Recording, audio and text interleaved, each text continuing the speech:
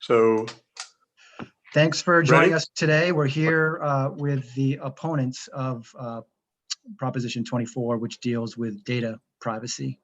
We're going to give them a little bit for an organized presentation and then launch into questions. So Richard, Jake, and Mary, why don't you take it away? Okay.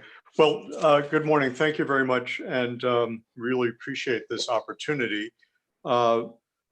My name is Richard Holliber. I'm president of the Consumer Federation of California, and let our other participants introduce themselves.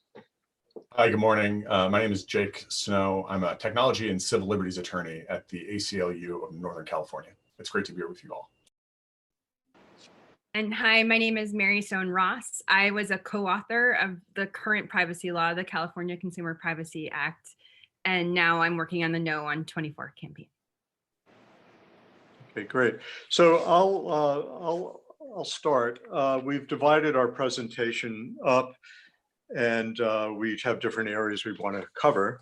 I'll start by saying that Proposition 24 has some very modest improvements to privacy, but they are far, far outweighed by very significant reductions to privacy. But there are other areas of concern as well, and it really has to do with the process that was used in developing this initiative, as well as the details in its 52 pages of fine print. And we'll cover both, but I want to talk about the process. You know, Proposition 24 is rushing to voters when the ink is barely dry on the CCPA, a law enacted in 2018 that only took effect this year. And in fact, enforcement of that law only began 3 months ago, July 1st of 2020. And the Attorney General's regulations just came out last month, and they likely may be rejiggered. So just to give an example of another privacy measure we worked on, in 2003, California enacted its very landmark consumer financial privacy law, authored by Jackie Spear when she was in the state Senate. Consumer Federation in California had worked on this for 3 years. It was a long process. We tried again in the legislature to pass an initiative, to pass privacy protections for financial services. And that industry kept killing it time after time after time again. So after 3 years, we worked with others and we qualified a ballot measure for the ballot. And it was a strong measure. And it led to leverage on the legislature, and they did pass a very good, not perfect, but very good version of that ballot measure. That's the way that this process should work.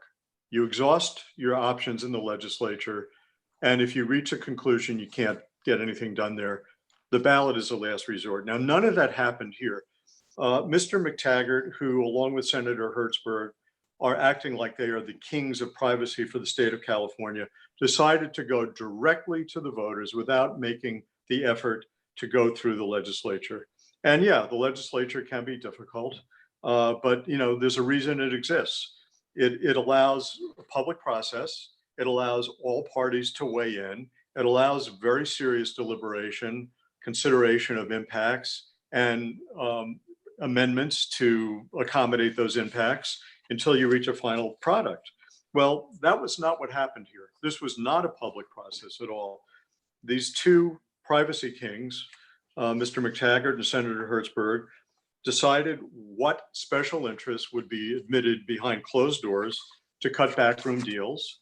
That means certain interests got their stuff in Prop 24, but at the same time, consumer and privacy groups who have been very involved in this process for years were not really given an opportunity to weigh in, nor was small business. And that's a lot of the reason that you find an unusual broad spectrum of opposition that ranges from the ACLU and the League of Women Voters to lots of local small business groups and others, because this is such a poorly crafted ballot measure. And let's keep in mind, we're in the middle of a global pandemic. Huge numbers of small businesses are shuttered. Many aren't coming back. They spend a lot of money to comply with the current law that just took effect, and now this will require them to go back out and spend a fortune when we don't even know what needs to be fixed in the current law, and no opportunity for the legislature to address it. So before we rush to the ballot, we should see what are the positive and possibly unintended consequences of the CCPA, see what are the loopholes that need to be closed.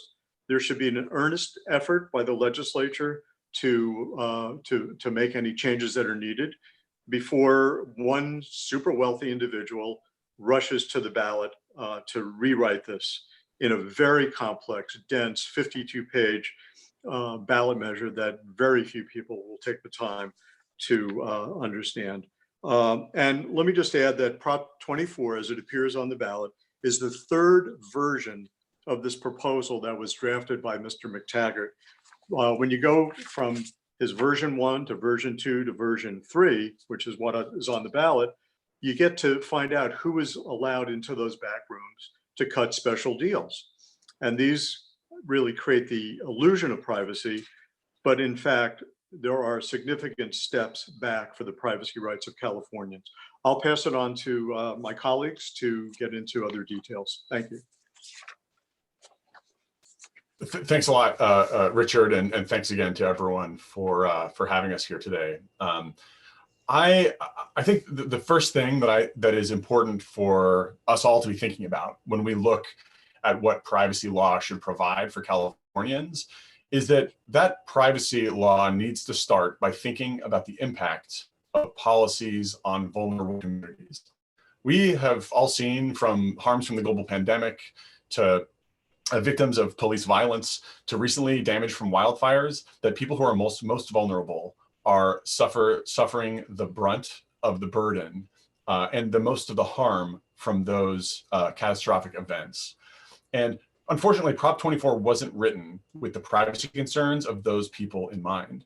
Quite the contrary, it was written with the people in mind who have the time and also the money to do the work and to pay the fees to protect themselves. And that's really key. Under Prop 24, people have to do the work and pay the fees to protect themselves. And that's why we call this law privacy paperwork, not privacy protection, because it gives people work to do and fees to pay, but it ultimately won't protect their privacy and it will ultimately fail them.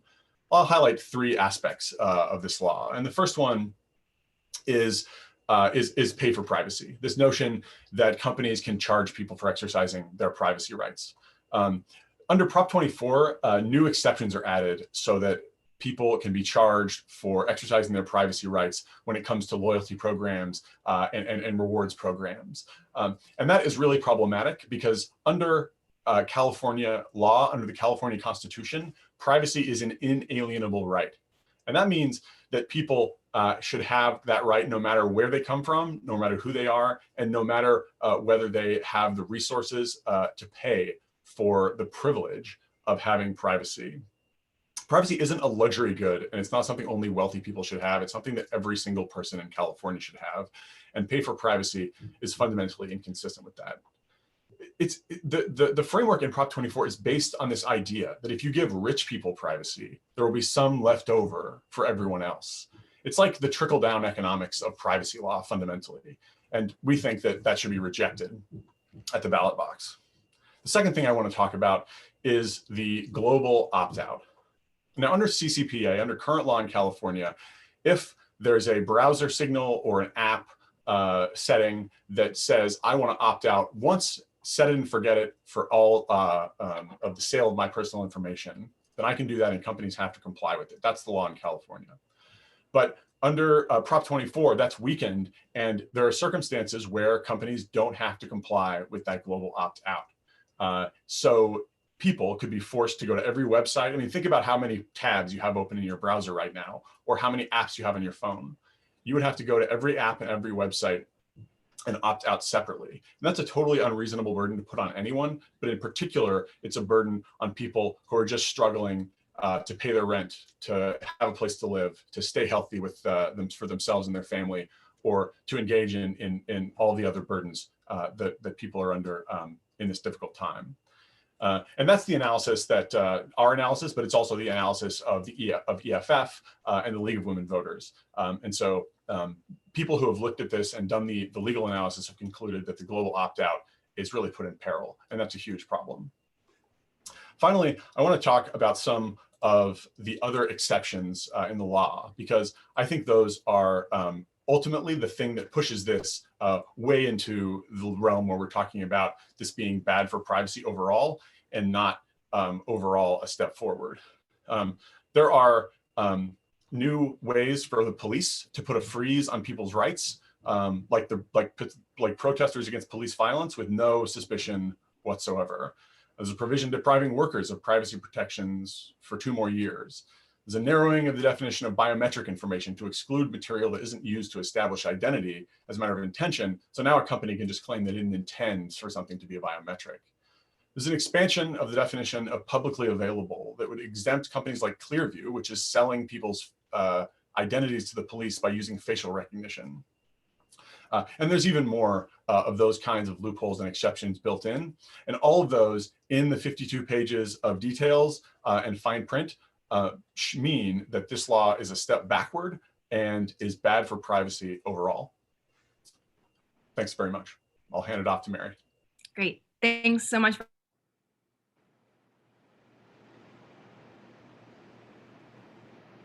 Which is consumer privacy rights established by current law, the California Consumer Privacy Act, the CCPA. Last February, in Politico's new publication protocol, Izzy Lepowski documented how big corporations, including Facebook and Experian, whose bad behavior this law is supposed to check, lobbied the proponents. It worked. Industry's heavy-handed influence is apparent throughout the final version of the 52 pages of Prop 24. In contrast, hardly any of the 45 suggested changes by 11 privacy advocacy groups were incorporated. Prop 24 creates huge loopholes by weakening some of the core definitions, including service providers and publicly available. This limits the privacy protections of current law. It also expands exemptions for sharing personal information with law enforcement and research for commercial purposes, which will hurt consumers. Jake mentioned it, but I want to again emphasize that Prop 24 asks voters to vote for pay for privacy. This is egregious. In California, we have a right to privacy established by our Constitution. This is why the non-discrimination provision was an integral part of the initiative version of the CCPA 2 years ago, and also one of the reasons why I did not support the legislative compromise which eliminated it. The proponents had a chance to correct this, and instead they doubled down. Charging for privacy is akin to charging a poll tax to get voters to allow voters to vote. Enforcement is the key to any successful privacy law. I agree with the authors of Prop 24 that California needs a data protection agency.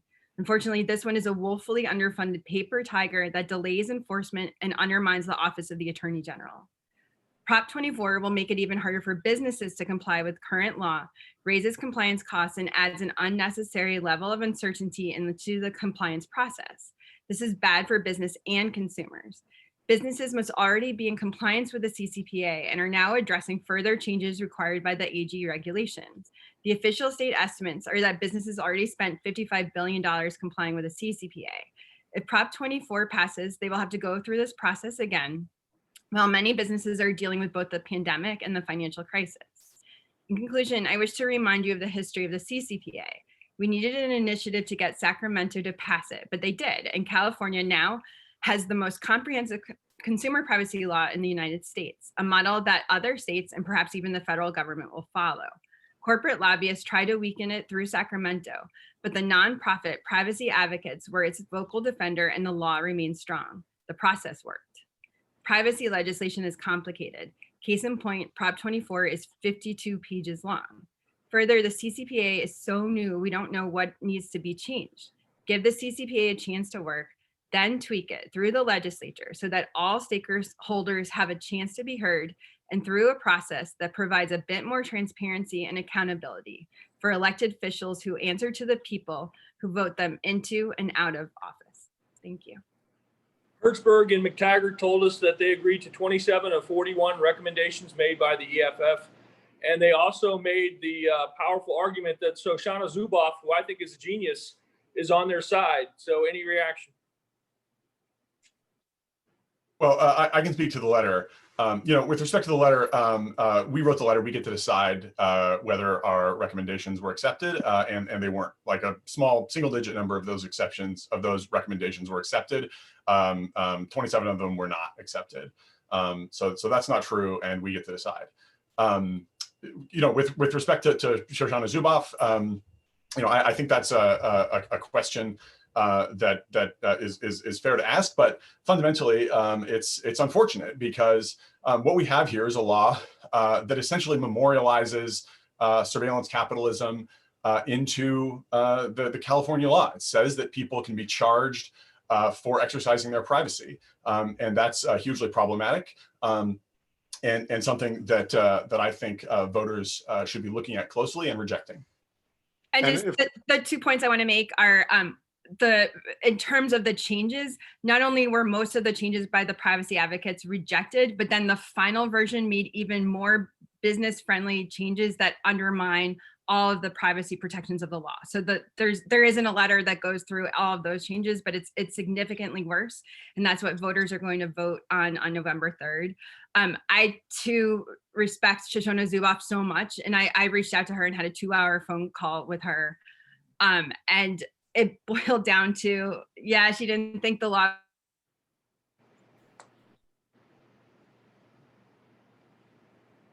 going to be no chance of federal privacy legislation. So still, for the life of me, I don't understand why you would sacrifice the privacy of 40 million Californians. But that's what is happening. Could I add a couple of quick points also? There's a law professor at Santa Clara University, Eric Goldman, who just within the last 15 minutes posted a list of 50 privacy professionals. Many are attorneys, some law professors, who are opposing Prop 24. And they make the point that they're going to make money if Prop 24 passes. But it's not about making money. It's about bad policy. So you may want to look at that and also look at who the opponents are. Most of the organizations that are actually in the trenches in Sacramento and in Washington, D.C., working to strengthen privacy are opposing this initiative. There are very, very few supporting it. I wanted to make a couple more points, if I may, as part of our presentation, and I'll be as quick as I can. If you could just 60 seconds, Richard, because you've already gone past your 15 and we have a lot of questions. Fair enough. One key point that we make is that one takeaway, one reduction is under current law, your privacy rights follow you wherever you travel. If you leave California with a phone or another device, the contents of that remain confidential. But there's a one-word change in Prop 24 that switches that to say, as soon as you leave the state, you cross the state line with a phone or device, businesses that store data can upload that data. And we have other laws that are in force right now that protect the privacy of devices inside and outside of California. The key point I want to make is that the way this is drafted, it is virtually impossible for the legislature to amend it. Now, our proponents disagree. We believe it sets both a floor and a ceiling, and it has strange language in its purposes and intent that make it clear that amendments are, if necessary, to improve the operation of the law. No, that's what we call tweaks, workability, but not to strengthen privacy rights. We can send you a memo that goes into more detail about it, but it traps us into a very weak form of privacy, notwithstanding the claims of the proponents. We will be stuck with this for decades to come because of the way they have written the language around amendments. This is so strange because McTaggart seemed like he was on the up and straight and narrow and 4 years ago when he began pushing for this. And now, if you guys are right with your arguments, he's like the Manchurian candidate. He's not, he's not legit. It's just a strange phenomenon that a guy comes along as this idealist. And if you guys are right with your analysis, he's actually a stealth agent. If I could just jump in, I don't want to go that far and say that, but we met with him 4 years ago. We were one of the first groups, that met with him. We supported his measure 2 years ago, even though we had some disagreements with some of it. But what I think has happened here, he was very scared, and he admitted in a national TV interview when he was circulating the initiative in 2018, Facebook, Google, Amazon, AT&T, Verizon, Uber, and Microsoft formed a vote no committee. They funded it with millions while they were still collecting signatures. And he admitted he got scared, okay? So he dropped it, went for something more modest in the legislature. And it's pretty clear he's looking in the rearview mirror thinking, what do I need to do to keep those folks from coming out against it? That's why you see these concessions. We think there are significant concessions to those tech industries, but what he was not thinking about was, will my natural allies in the privacy and consumer world just roll over and play dead? Well, we're not. So, we analyze this for what it is. It's overall a takeaway. I think he was continues to be an extremely naive person in how he operates in the world of politics. And I won't go beyond that, but this is not good privacy policy, and it is permanent privacy policy. The senator told us that it's not permanent policy, that there are ways that the legislature can review this on a regular basis. Well, you have to look at the plain language. So it has a section that says it can be amended by simple majority of the legislature, right? And that's what they keep looking at, consistent with its purposes. So you have to look at section 3 of the initiative, which are the purposes. And those purposes have all sorts of strange conflicting language, but there is one purpose, only one, section 3C6, I believe it is, that speaks directly to amendments. And it says the legislature may amend, this law should be amended if necessary to improve its operation, provided the amendments do not compromise or weaken consumer privacy. Okay, that's good.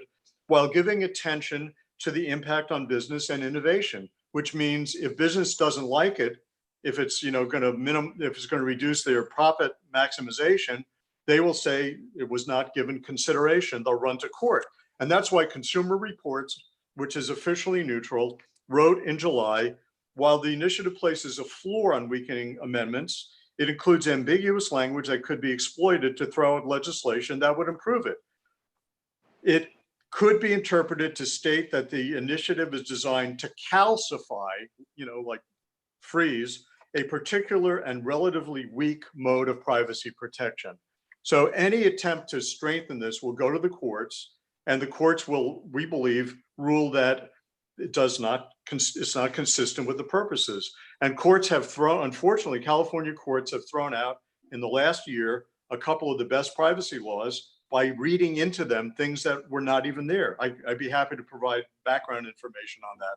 So we think the courts will generally say it's not consistent with the purpose, which is amendments necessary to improve its operation, not amendments desirable to increase our privacy rights. I would just add on that there's significant ambiguity in that list of purposes, and the question that I haven't heard the proponents answer is, what the hell is this language doing in there that talks about being attentive to business and innovation and talking about improving operational efficiency, if the only way this works is a one-way ratchet? Like, what's that language for? And I just want to add, we're focused on the legislature. And I think it does create a floor that's weaker than the floor we have today. But then when you go and look at the rules and there's many more rules than what the AG has currently promulgated, the rules can actually weaken the law because they can expand how service providers can use personal information, and they can expand how service providers can use the sensitive personal information, even of consumers who opted out of that disclosure. And so I think that's where the lobbying efforts are going to, if Prop 24 passes, that's where they're going to be focused, because that's where you can have a lot of influence and further weaken this law. Isn't one of the big problems here that Attorney General Becerra is not aggressive on this issue? I mean, No. Separate from Prop 24, Becerra, he doesn't go after bad cops. He doesn't go after bad companies. I mean, I know he's got the policy out now, but I wonder about him. So 2 points I want to make. One is that his staff is amazing and that they are aggressively, there's no official enforcement action that's been brought yet, but they've sent out, and their quote is dozens of letters. So these are putting companies at notice, and they see this as a precursor to enforcement. The other thing is that the proponents had the option to even make enforcement even more robust. So in the CCPA initiative version, 2 years ago, we had a broad private right of action, which said a individual can sue a business for any violation of their privacy. And we also allowed enforcement by district attorneys and city prosecutors. So they could have put all that back in, and they did not. Or given Becerra more money. I mean, it's that could help as well. Again, you know, I think the problem here is once a proposition is written and placed on the ballot, you have to take the whole thing or leave the whole thing. So even, you know, I'd say among the three of us and others in our coalition, hey, if this thing was just creating an enforcement agency and that's all it did, I'd probably support it. But they're enforcing weak laws, and it has all of these other takeaways. So you have to look at the entirety, and it is filled with so many loopholes and so many reductions in our privacy. The best policy is to let the current law have some chance to work, see what needs fixing, have the legislature get the first attempt at fixing it. And then if it turns out it can't be fixed, that's the point at which it makes sense to go to the ballot. And also just the other point I want to make, let Becerra have a chance to actually enforce current law. Prop 24.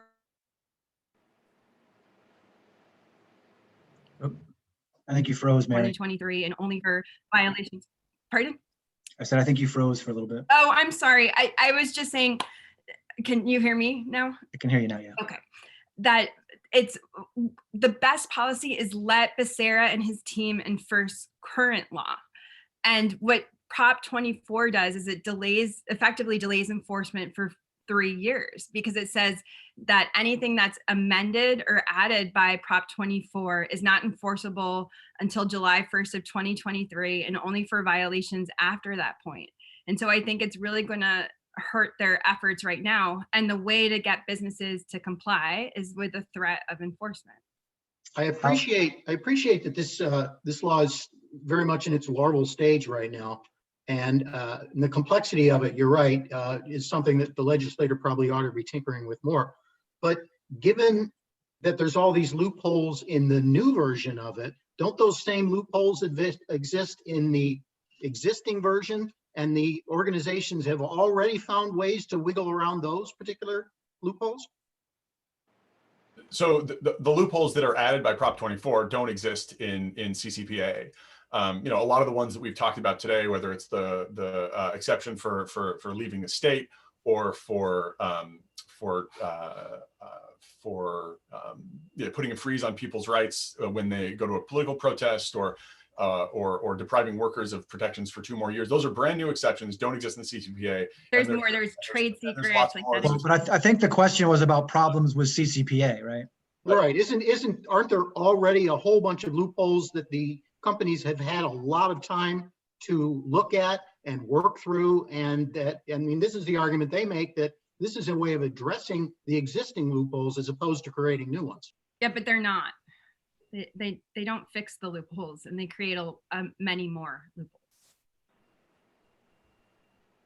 Yeah, that's right. I mean, when you look at some of the loopholes that are allegedly being closed here, I think those loopholes in a lot of cases are just bad faith interpretations of the law offered by large technology companies or by industry in general. And I think that the Attorney General's office has indicated in a lot of cases that those interpretations are invalid, and that those interpretations would be rejected if the Attorney General had a chance to fully enforce the law, as it would over the next few years. So I don't think that a lot of the loopholes, the claimed loopholes, are real. I think that they are aspects of the law which would be clarified with enforcement actions by the Attorney General. And again, that's why we need enforcement now, not 3 years from now. And I hear you guys on the process argument. I'm gonna ask the flip side of my question. I'm gonna ask you to the yes side this morning. But problems exist now. This would solve some. In your view, it would create others. I hear you saying, of course, it's complex. It should go to the legislature. Sacramento is the best place to handle this, but Sacramento doesn't get a lot of things right. Sacramento doesn't move very quickly. If this is a real problem, and we're seeing in an election year that it is a problem, we're seeing it on a national scale, not just in California. So why shouldn't voters approve this and kind of reset quickly? So this goes to looking at the content, and I hope we've been able to convince you that this is a takeaway overall. There are a couple of goodies. There are a couple of things that are good in it. For example, let's give credit. It triples penalties for certain violations of children's privacy. That is something that would have been very easy to do in the legislature in a standalone bill, because everybody's in favor of children. Okay, you have to look at the totality of this. It increases pay for privacy and locks it in, so you can't change it in the legislature. It eliminates your privacy rights when you're traveling. You can't change that in the legislature. It changes what is now the easy possibility to set a universal do not sell my information signal on new technology that is emerging, and allows companies to ignore that and force you to go website by website by website, app by app by app, and tell each and every one to not sell, because the default settings are go ahead and sell. These are very substantial takeaways from the rights that we currently enjoy. So when you pose the question, why not go directly to the voters to make it better? We would go directly to the voters to make it better, but not to make it worse. And that is what this is doing. And then it is locking it in so that we can never fix it. And I want to spend a little bit more time on that global opt-out, because this is one of the main criticisms that you hear about the CCPA, is that it's too hard to opt out of the sale of your personal information. So neither Prop 24 nor CCPA are opt-in. That's also something that they could have done, is switched it so that a business had to get your permission before they could sell your personal information. But what the Attorney General did in their rules was they said that a business both had to honor a global opt-out signal, and they had to post a link that said, do not sell my personal information, in order to allow the consumer to opt out of the sale of their personal information. That global opt-out is actually today, it was announced, is technically happening with DuckDuckGo and EFF, and a bunch of other groups are leading the way there. So this means that you as an individual don't have to go to every single website, don't have to go to every single app in order to exercise your rights. Prop 24, and the language is very, very clear. It gives the business the choice to either post the do not sell my personal information link or honor this signal. And so what our business is going to choose? They're going to choose to post the link because they know that's status quo. That makes it much harder for the individual to opt out of the sale of their personal information, which means that they're not going to exercise their right. Well, and forgive me if I have this wrong, but didn't 2 hours ago, Alistair tell us that you can opt out on a browser or on your phone? Like, you don't have to go to 500 apps on your phone. That's not. Yeah, this is my biggest question, because I feel like when I am, as a consumer, certain apps I give permission to wholeheartedly because the value is there for me, certain ones I don't. So which is it?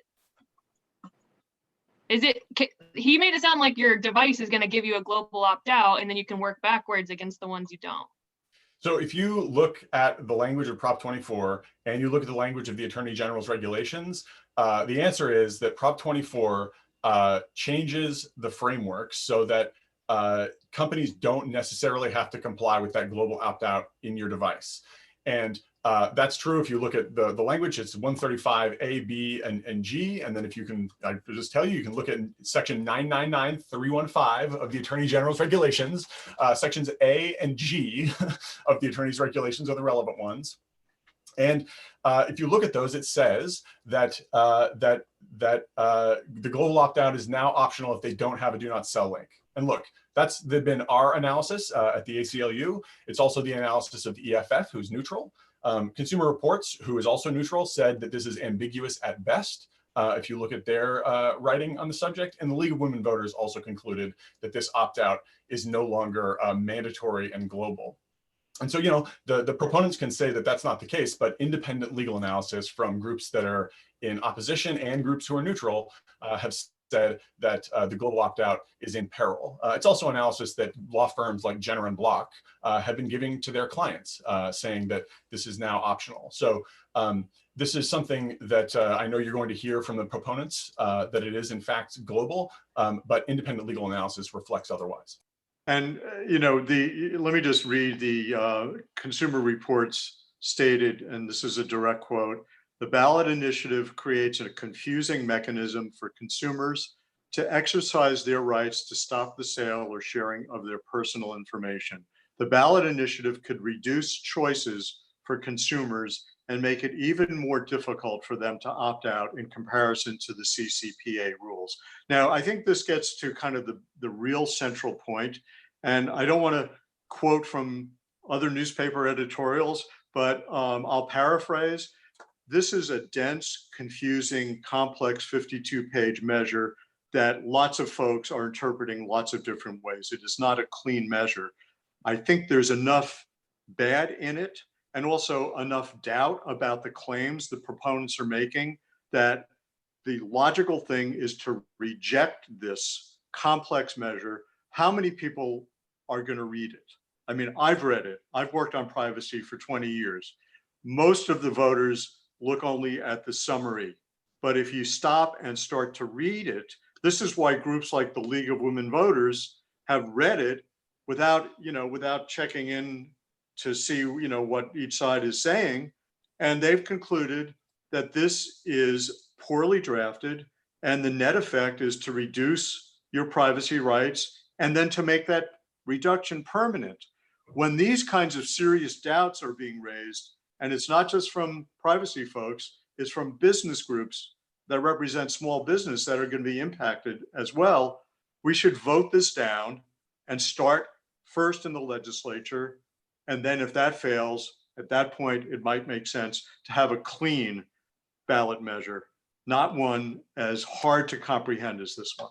And just the one point I want to make too is that, remember, these are companies that have huge legal budgets, and what is at stake is the trafficking in their information, in our information, which is their gold right now, their oil. And so of course they're going to run to court and fight as hard as they can to just stop whatever makes it harder for them to profit from our personal information.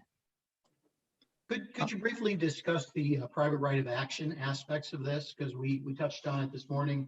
I think that's something that would be a little confusing for people. So with respect to a private right of action, the CCPA is limited to the data breach context. And that's true also of Prop 24. And unfortunately, without adding a private right of action where actual individuals can go to court to enforce their privacy rights to access their information, to delete their information, to opt out of the sale of their personal information, you're essentially leaving that decision of what is an important and enforceable aspect of the law up to a regulator and not up to the individuals themselves, who might have different priorities with respect to their privacy than a regulator. And look, I was an FTC attorney for almost 5 years. I have a great deal of respect for agency-based law enforcement and for the privacy work the FTC has done.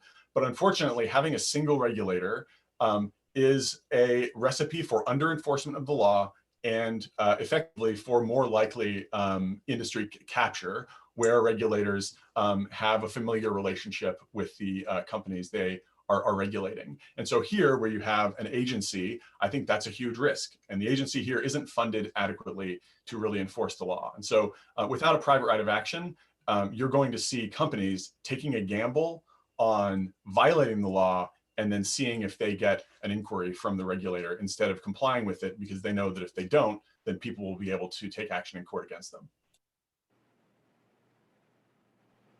And I mean, it does expand the private right of action for data breaches a little bit, which is good, but it doesn't fix the fundamental problem of enforcement.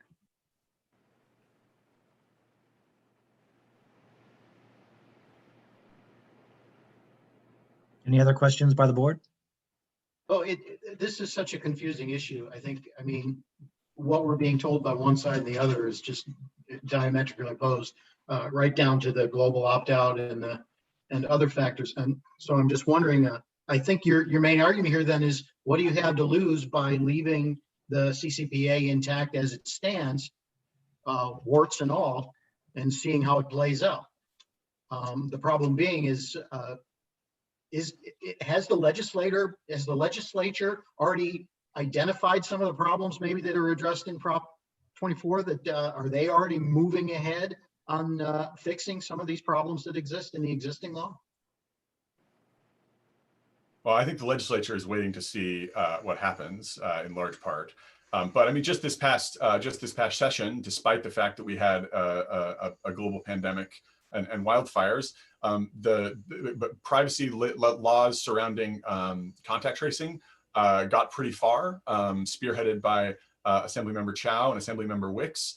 They did not make it out of the Appropriations Committee, but they got pretty far. And actually, a DNA privacy bill made it all the way to the governor's desk. So, you know, I think there's strong indication from the legislature that privacy is important to people, and members of the legislature are attending to that and thinking about how to better protect privacy for Californians. And so, for that reason, I think the legislature is a good place to pursue improvements to the CCPA, and you know, we're certainly looking at that in our work. And go ahead. Oh, I was just going to say, the Prop 24 creates more warts, that it undermines the substance of current law. And this is what I was saying by weakening definitions, which. Mary, you froze again. So when you expand what is, am I still frozen? So weakening definitions is the heart of the law. So when you expand what is considered publicly available information, you're narrowing the scope of what is covered and protected by privacy regulations today. So I would argue that Prop 24 moves us backwards in terms of privacy regulation in the state of California. Well, I'll you know, say yes to that last point, which was what I was going to say. So it's not really so much a case of let's leave well enough alone. It's that this law makes things worse, and we don't want to make things worse through an initiative that then is impossible to amend. We and other groups that are in our coalition work on privacy laws and regulations every single year. We have introduced bills that have become law that strengthen privacy rights, that strengthen protections against data breach and identity theft. And we keep working at it, you know, incrementally. We also have stopped every single effort to weaken privacy laws in Sacramento. Yeah, those bills are introduced and we and others are able to stop them. But, you know, unless we vote down this initiative, we are not going to stop the most substantial weakening of privacy rights that has occurred in California. That's what this ballot measure is all about.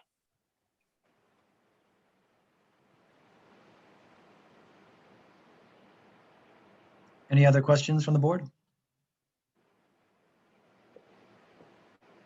Okay. Thanks for taking the time, you guys. I appreciate it very much. If we have more questions, we'll reach out to you. Please. Thank you. Thanks so much. Thank you very much. Really appreciate it. Have a great day. Bye-bye.